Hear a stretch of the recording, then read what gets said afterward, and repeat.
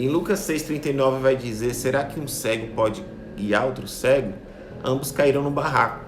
Né? E a palavra quer trazer uma reflexão que, assim, se uma pessoa que está indo para um caminho mau, essa pessoa não pode estar levando outras pessoas porque ela está cega espiritualmente. Aí a pergunta em relação ao Christian Chaves, que é o integrante do Rebelde. E eu falo para vocês que quando eu era mais jovem, eu assistia, amava, né? Até cheguei a fazer parte de um grupo de dança que inclusive eu imitava o próprio Christian, né? E a reflexão que eu quero dizer é como que as mídias, as novelas, os personagens, realmente eles influenciam as pessoas e principalmente essa geração de jovens. E a palavra que esse rapaz traz é seriamente problemática, porque ele está romantizando 3 coisas totalmente equivocadas a respeito do Evangelho.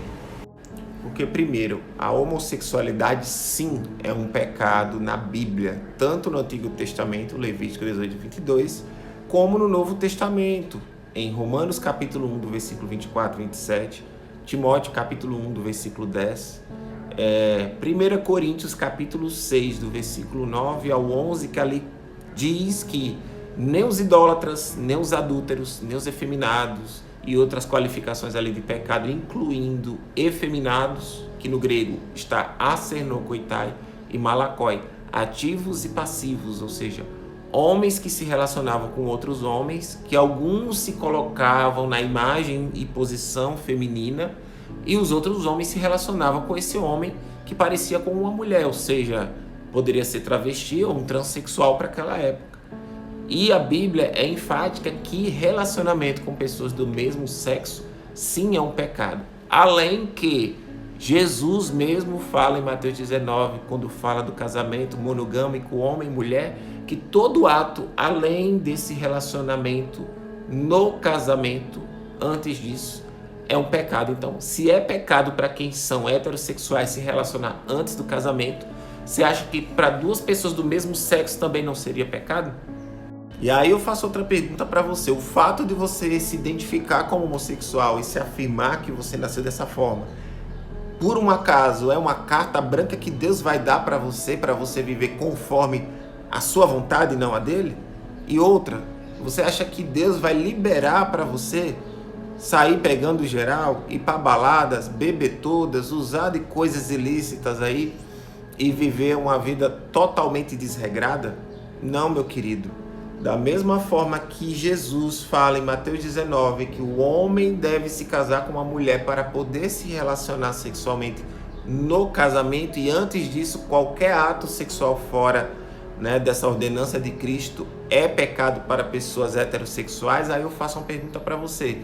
Você acha que para você que se identifica como homossexual também não é pecado se relacionar fora de um casamento propriamente monogâmico entre um homem e uma mulher, quando a Bíblia trata que qualquer ato fora disso é pecado?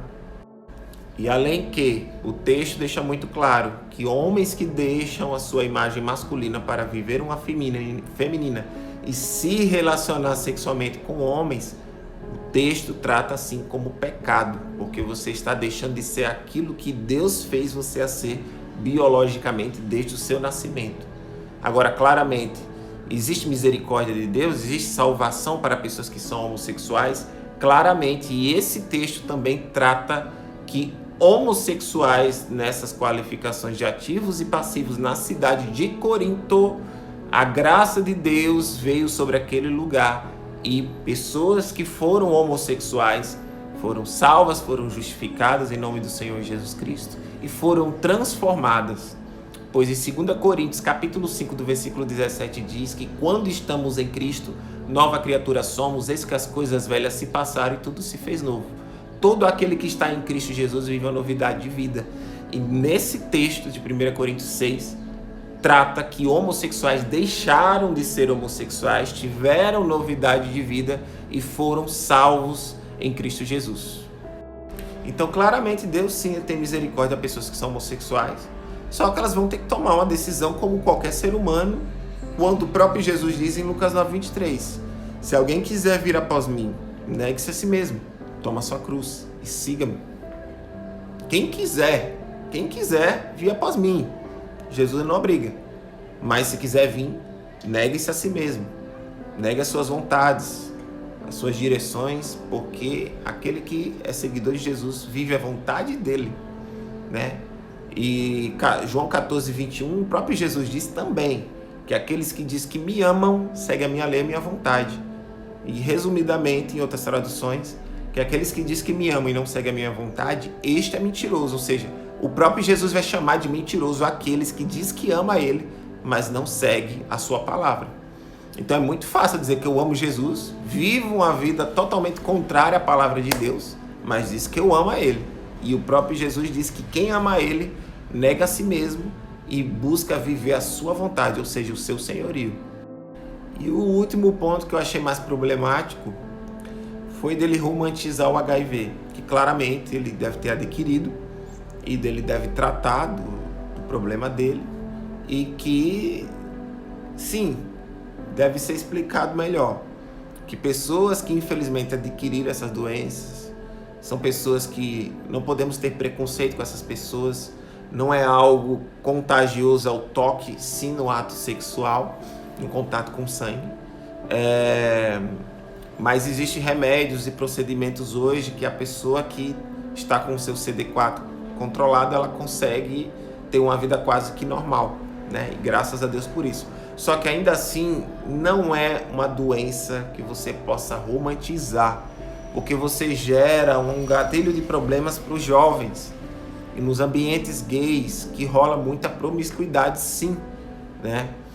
Porque nos ambientes gays, seja nas boates, nas saunas, nas pool parties, enfim, qualquer ambiente que tenha uma temática LGBT, tem muita bebida, tem muita droga, tem muita curtição, tem muito ato sexual com parceiros diferentes, né? Vi muitos anos fazendo shows e vi de tudo muito mais um pouco, e eu não falo muito aqui porque eu não quero escandalizar. Mas é muito forte os relacionamentos sexuais nesses ambientes, com pessoas diferentes. E pessoas que quando usam de drogas e coisas ilícitas, muitas vezes se relacionam com pessoas que elas nem sequer se lembram. E por ser jovens ou achar que nunca vai pegar isso, nunca se importaram em fazer exames e buscar saber se tem, e se tem, ainda assim, procurar se medicar. Perdi amigos com 19 anos que tinha essa doença, não sabia que tinha, usava de coisas ilícitas e que pegou uma pneumonia e acabou falecendo.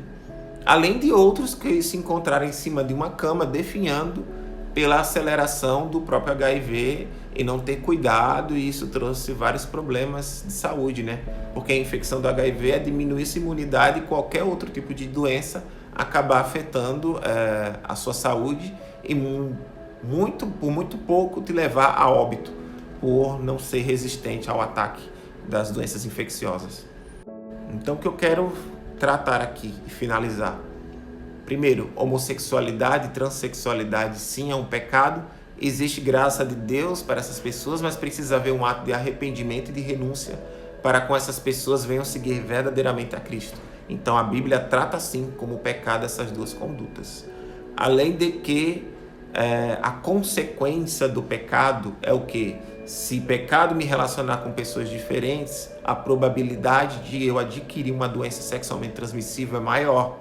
E isso, tanto para heterossexuais, não seria diferente para homossexuais. Então, à luz do Evangelho, qualquer ato sexual fora do casamento é um pecado para Deus e traz consequência para com aqueles que permanecem executando essa conduta.